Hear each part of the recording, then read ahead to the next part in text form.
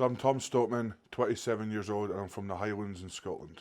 So guys, we're in unusual territory this weekend. We're in Scotland, Glasgow, and we are reopening the hydro after it being closed for 2 years. And it's going to be Saturday, 5 p.m, Giants Live, Glasgow, the first one in Scotland. So it's going to be a very, very exciting weekend. Yeah, it's good. I mean, it's finally come, you know. We've been wanting this for a while, myself and Luke, and I think we deserve it after years. So, yeah, I'm buzzing, you know. I get kind of very, very buzzed up when I get to compete on my home soil, and especially in Glasgow. This is a home away from home for me, and I know a lot of people down here. I've got so many fans down here, such massive support as well, and I think that'll play a big part in, yeah, Saturday. But yeah, I'm buzzing. I cannot wait to compete. So guys, we've got 10 athletes from all over the world coming to Glasgow to compete and see who is the strongest over 5 grueling events. So guys, we've got the World Tour Finals, the 5 events. The first event is the nickel stones, second event is log press for reps, third event is the axle deadlift for reps, fourth event car walk, and fifth event the Atlas stones. Yeah, I'm looking forward to them all, to be honest. They're very good events for me. Obviously, I'm wanting to actually perform very well in the Atlas stones. They're going very well for me in training, so a new world record's going to be there. But yeah, I'm looking forward to them all. These set of events are nice and kind of basic, and yeah, a wee bit of Scottish tradition with the nickel stones as well. So that'll be cool. I've not done them. I've done them once, and it was a few years ago. So it'll be nice to do them again, and then, you know, get on the other events. But all the events suit me very well for Saturday. So event 1 is the nickel stones. This is an event that I don't think many people have seen before. Like I said, it's in Scotland, so a traditional Scottish event. So it's basically 2 big massive uneven boulders. One's 141ish, one's 121, with really kind of skinny handles, circular handles, and very brutal on the grip. You have to kind of jiggle your way like a penguin when you're walking with them. They bang off your shins, bang off your legs, and you can only drop them twice as well. So this is a very brutal event, but it's, you know, very fun, and looking forward to it very much. You know, I think I'm going to do very well at this event. You know, my last time I did this event, I was like 4 inches off Luke's world record, and I did it after competing at Manchester, drove overnight, so fresh. My grips obviously got better as well, so, you know, I'm looking to win that one, or place at least in the top 2. Obviously, the world record holders here, Andy Black, he smashed it at Scotland's Strongest Man, and he's going to be the one to watch in this event. I don't think many other people have had much play with him. He's had it play on the exact stones we're doing as well. So yeah, Andy Black in my eyes is the man to probably watch for this event. Sweet. So event 2, log for reps. It's 150 kilograms for as many reps as you can do in a minute. Yeah, so for this one, this is going to be going very well for me in training. I think I'll place, you know, again, top 2, even winning this one as well. Obviously, we've got the best probably presser in the world in the event right now, Luke Stoltman, my brother. But, you know, I think I can push him. I've been pushing him in training with it. We've been neck and neck, so I think it's going to be a battle between us two. There is some other good log pressers here, but I don't think this field is as dominant for log pressing as it was in other kind of competitions. So yeah, I think myself and Luke would be battling this one out to see who's the kind of best at log in Glasgow. Event 3 is axle deadlift for reps. It's 350 kilograms on the bar. And again, this is another brutal event. And yeah, well, for me actually, I've inquired in a suit, so you'll be seeing me deadlifting in a suit for the first time ever. And again, I'm really confident in myself with this. I've been using the suit for 3 weeks, and I should have got this a long time ago. It's like cheating. I mean, I've been hitting reps on things in like 25, 30 seconds that I've never done before, and wow, it's like half a deadlift for me in a suit. But anyway, yeah, I really think I could push the likes of if Bish is on form with Bish and a few of the other boys. But again, I think Bishop, if he's recovered, will be the man again to win. You know, there's no other person in this lineup that can match him. I don't think so. I never really thought much of a deadlift suit. You know, I've seen like deadlift suits work for some people, deadlift suits haven't worked for other people. So for me, I was just like, why do I need a deadlift suit? Why do I want to suffer getting it in like that? And seeing people pass out when they're repping. So I mean, I think I got up to 420, 430 for a single with no suit, and never really thought about one until I hurt my hamstring after Worlds, and then was like, right, I'm going to buy a suit. So got it all measured up, and it's one of the most uncomfortable things in the world. You turn into a girl, but I mean, it's worth it. I really don't know why I didn't use it from the start, because I've been like 2 or 3 weeks into it now, and usually you have to restart and go all the way back down to like, the 60k, 100 to get used to it. But for me, I kind of got used to it straight away. I think it really, it's really good for my pull. I'm kind of high hips, and with a suit you can't get low anyway, so you're more high hips and doing a lot more with your glutes as well. So that's really kind of beneficial for me. But I mean, I've been hitting I've hit 300 for like 10 reps in the past, but I've been doing, I think my last training session there was 300 for 13 reps in 29 seconds. So that kind of, 29, 30 seconds for 300 for 13 reps is fast. And without a suit, I don't think it would be possible. With a suit, the way it comes off the floor for me is like a spring. Literally, having a suit on is like a spring, and that's where my weakness is in the deadlift, is off the floor. So I put that suit on, and I was like, well, I don't even need to try. Like the 300 was just light, and I was like, wow, if you can't beat them, join them. So I joined the crew, and figure of eights now as well. So yeah, I've got everything. I'm doing what I can to kind of improve my game, and every single person basically wears a suit now. So why work that extra bit harder where I could put a suit on and try and match the best deadlifters now? And I know I'm one of the best deadlifters. It's just like I said, I never believed in a suit until I started wearing ones. Yeah, I think I could win. I think I'll win the event. Obviously it's about the reason I was doing more reps as well is because obviously with a suit you can black out quite easy. You can it's really hard and really restricts your breathing. So I was just wanting to get used to the reps and how to feel on like the 9th, 10th rep. So that's why I was doing that kind of stuff. So yeah, I think if I get the suit on right and stuff, I'll be matching Bish or beating him. Yeah, so event 4 is a car walk. You're seeing this more and more now in strongman competitions. I mean, a car walk, and I've only actually ever done this event once in my life, so it was quite a hard one for me when I first started, because I kind of just picked it up, and it looks so cool, it's like a yoke, a safety bar, and car all in one. So when I did it the first time, I just picked it up like the same height to do a yoke without realising the tyres are going to hit the ground, etc, etc. So you really need to, with this kind of event, set the bar lower and have a kind of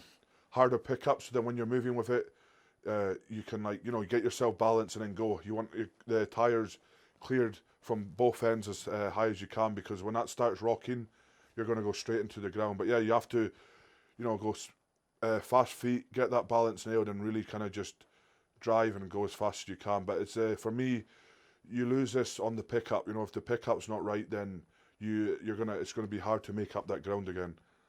And I think I'll be very good at this event. I've been training on a yoke, and obviously, yoke and car walk, kind of the same things. Been putting it lower as well, and my foot speed's there. I'm feeling fit, feeling good. So it's just about on the day, being aggressive with it and just attacking it as hard as you can. And I mean, this field's packed with some really fit guys. Evan Singleton, Luke again, Bish, Fairs. Everyone in this field could, do something good with the car walk. So it's going to be. I think this event's a kind of hardest event to predict, because it could be like 0.5 of a second. I think the times will be split by like 0.5 of a second. It will be a very, very fast event, this one. So this is a hard one for me to predict, but I'll say me for number 1. Last but not least, the pinnacle of Strongman, the Atlas stones. Obviously you see this in every single event, so people know how they work. 100 kilograms to 180. I'm very, very, very, very confident going into these. My training's been unbelievable. I mean, I did 7 one motions of 180 last weekend on the highest platform. The video you see on Instagram, guys, I cut that out just to tease you. So I've never ever done that in my life, no matter what kind I've been training for in stones, and those stones are the dirtiest they've been as well. So that is a very, very, very big confidence boost for me. You know, like if you look back at Royal Albert Hall, I didn't train at all on stones and still hit a fast time to then fast forward for the Glasgow Cup. I've been training them, and yeah, I'm feeling like they're just sticking to me like glue. So honestly, I think nobody's near me in stones. Come stone runs, heavy stones, no one's near me. So yeah, I'm going to put on a show, and I'm going to lift the roof off Glasgow on that last event 1000%. So I'm going to go out there and like literally rip every stone through that hole and yeah, get a world record. I think my world record is 16 flat or 16.02. So yeah, anything under that, but I would love to hit 15 seconds on the Atlas stones. But yeah, I think I'm capable of it, but even 15, you know, even under 16 seconds would be great, you know, but yeah, I think 15 seconds would be unbelievable if I could do that. So, you know, it's a hard one because, you know, a lot of people would say that Luke protects me when we compete and he doesn't give it his all, but, you know, that's a load of, can you swear in this? No. Yeah, That's a lot of beast shit, you know. That's a lot of bullshit because you could see how, like at World's Strongest Man, how we vibed off each other, you know, and everything, and it was so good because for me, I caught COVID at the right time. That sounds weird to say, but like, I was like doing a lot of like the wrong things, you know, partying, going to a lot of football games, and you know, Strongman was kind of second then. But when I caught the COVID, and then you know, I was training good for Europe, helping Luke, and then you know, obviously I was out, and I told Luke, you know, just go down and smash it. I said to him, you know, you're better than everyone on that field. You get your mindset like you Worlds, you'll win it. And I mean, you know, people were telling me backstage he was like, you know, angry. He was going to go kill people. He wasn't wanting to do interviews, and that's how we were both like at World's Strongest Man. And you know, mindset. Luke won that competition before he even stepped on the arena because you know I was getting text messages before it even started saying, you know, he's intimidating the other athletes, and as soon as you use that word intimidating, no one had a chance. So I said to Luke, you know, I said to Dan, you know, sit back, enjoy it, and watch Luke become Europe's strongest man. And that's, you know, that's because I know Luke more than anybody in the world, more than Cushy, even though it's his wife. You know, he's been his brother since, you know, obviously, well, since day one. You know, I don't know what to say there, but anyway. And I've been on the journey with him. So, like, you know, like I said, Luke, when he gets his mindset 100%, may just be a bit weaker than me, but he's still like the strongest guy in the world, one of the strongest guys in the world. But yeah, Europe's was unbelievable. That's so good for his confidence. Hopefully it lit a fire in Luke as well, because you know, I think him winning a competition kind of shut some doubters up, shut the haters up, and really kind of, I think people sat down and was like, well, this guy's, you know, beating Novikov again, beating some bigger names, and really kind of stepped up to the plate when, you know, there was a lot of pressure on him, and it's one of the biggest titles you can get in Europe's, you know, so, and in Strongman, sorry. So I was so proud of him, but yeah, it lit a massive, massive fire in my belly, you know. Let's say within like 3 weeks, I've changed my whole life around to now like, Sinead's coming second, football's coming, my life's, everything's coming second now, you know, and I'm back to being that like professional athlete that I am. Obviously, you know, I won the biggest competition in strongman in the sport, and you know, if you're not going to celebrate it for a while, you're not human. Anyone that wins the pinnacle in their sport is going to have a bit of time off, you know, enjoy some time with family, your wife, and you know, have a few parties and just do what they love, because you know, for like 5 months I sacrificed a lot. So yeah, but like I said, COVID, let's go back to COVID. COVID really came at a right time because I was training good for Europe, it's obviously tested positive, and then I couldn't leave the house and had to cook for myself and stuff. So I think the proper rest and then me getting back into like cooking and just doing everything myself really got me that mind switch. And I was like, you know, when I was resting good, I felt really good. The COVID didn't affect me that much. So then after the COVID, my first day back in the gym, I just started getting really, really angry, like really kind of, I can't really explain it, just like, you know, I was like bouncing up and down, kind of fidgety, you know, just like really wanting to go to the gym and train. And after that, my training every day was like aggressive, was kind of pumped. I was kind of like scaring a few people, which I've never done before, but that was my automatic mindset change that, you know, I am a pro strongman, I'm the best in the world, and if my mindset's in the right place and I train and my training and recovery's in the right place, nobody comes near me. And that's what I was just saying, you know, for the last 2 weeks, that I recover better than anybody in this sport, and I know that, and so does Luke. Luke does it as well. So if we keep our recovery and training 100% and diet, and there's no one going to touch myself or Luke, and that's what I've been doing the last 2 weeks, is just lit that fire again and just really, really ready to kind of, light Glasgow up. So yeah, Evan Singleton, he's a close friend of mine. I like Evan. He gets a bad name because of what he does at cons, but it's Evan. He comes from a WWE background, which people need to remember that he's a showman and he really gets the crowd going. That's why he gets invited to these comps. He's an amazing athlete as well. He won Manchester. Yeah, he won Manchester's Giants Live and beat again good few people. So he deserved that title and he qualified for World's Strongest Man again. Yeah, so I think if Evan to get to the next stage can just improve on a few wee things, he'll be a force to reckon with in the next few years as well. But I love Evan as an athlete. I love him as a person. I love how he can really switch on as an athlete and then go that aggressive kind of way, doing the T-Rex stuff and getting slapped about and that, and then to then being chilled and not being that kind of person when he's talking to the other athletes and other fans. So it's a really cool kind of thing to see both sides of him. And yeah, he's a really, really strong guy and a really cool guy and a really chilled guy to be around.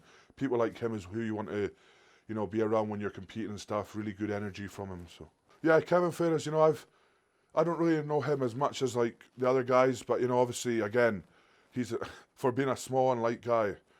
Geez, the boy can lift some weights. Obviously, he got to the final World's Strongest Man last year. Just missed out this year on Luke as well. But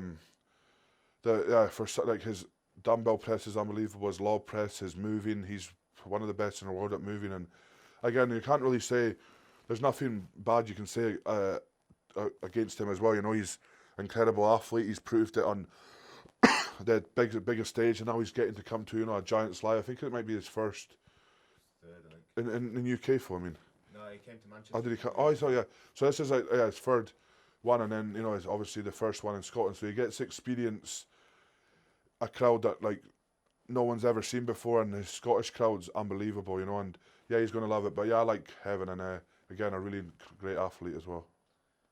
Came into this, our mindset's kind of changed when we had that 3-year plan that I wanted to win Worlds, Luke wanted to win a major trophy, and then we wanted to build a legacy that obviously the Stoltman name would be remembered forever in Strongman. And yeah, we've done that obviously quicker than we thought. Winning Worlds and then Luke, obviously winning Europe's has kind of, I think World's Strongest Man getting to the final cemented our name as the strongest brothers ever to live. But I think now it has, with obviously World's Strongest Man, Europe's Strongest Man, and then there's no other brothers that have come near that and never done that before. So that's a legacy in itself. Those 2 titles have made myself and Luke blow up bigger than ever, made that legacy an actual 100% legacy, made our names 100% legendary in Strongman now as well. So yeah, it feels really kind of grateful and kind of blessed, to be part of this and to do it with, Luke, our brother, my brother Luke, and then obviously to have Harry now as part of the brand as well. It's cool to be able to run a family business and do it with the people you love the most and also go on the journey with them together. But yeah, the legacy thing has been incredible. Nothing that I could imagine. Taking our own T-shirts out, and we're just going to keep continuing and keep getting better and bigger in Strongman, but also in the business side of things as well. And it means so much to myself, Luke, but also my dad as well. My dad, this is my dad's come down to Glasgow with us, and this is his first competition in 2.5 years for COVID and stuff, and he's buzzing, he's the proudest dad in the world, and it's going to be so cool to have him here. But yeah, legacy's just getting started. We've cemented our name for life now, but there's no one seen anything yet, so. There's 2 things. I don't really talk about world records, but the one thing I really want to do is hit a 300 kilogram Atlas stone. I want to round that 286 kg up to a nice round number, so 300 is the closest to it. So yeah, a 300 kg Atlas stone would be a really, really kind of piece of history that for me will never ever get beaten. You look at the deadlift when someone did 500, did 501, but I think if I did 300, no one's going to come and do 301 kilograms. So I think that Atlas stone world record would kind of live for as long as I'm competing, or maybe as long as I'm alive. So that would be a really, really memorable moment for myself, and I think Strongman, I would love to do it in my home country, and kind of get a lot of fans behind that as well. That's one big goal of mine. And then obviously to get back-to-back World Strongest Man titles and then to win it a record time. Something I thought a lot about, but you know, if I can, if my body feels as good as it did last year, then with like 5% on top of that, then I'm untouchable in my eyes. You know, I dominated the first kind of day of the final, then you know kept my cool on the second day, and I think if I can get like back-to-back titles, that would be an amazing achievement for myself. But yeah, obviously World's Strongest Man, winning World's Strongest Man, doing the 300 kilogram stone, but then doing Worlds, Europes, and Britain's in the same year as well would be great. You know, I've missed out this year because of the COVID, but doing the 3 major titles in a year as well would be unbelievable. So guys, catch the live stream for the World Tour Finals in Glasgow on Saturday 18th on Giants Live Facebook or officialstrongman.com. Do not miss out. Come and see us in action and enjoy it.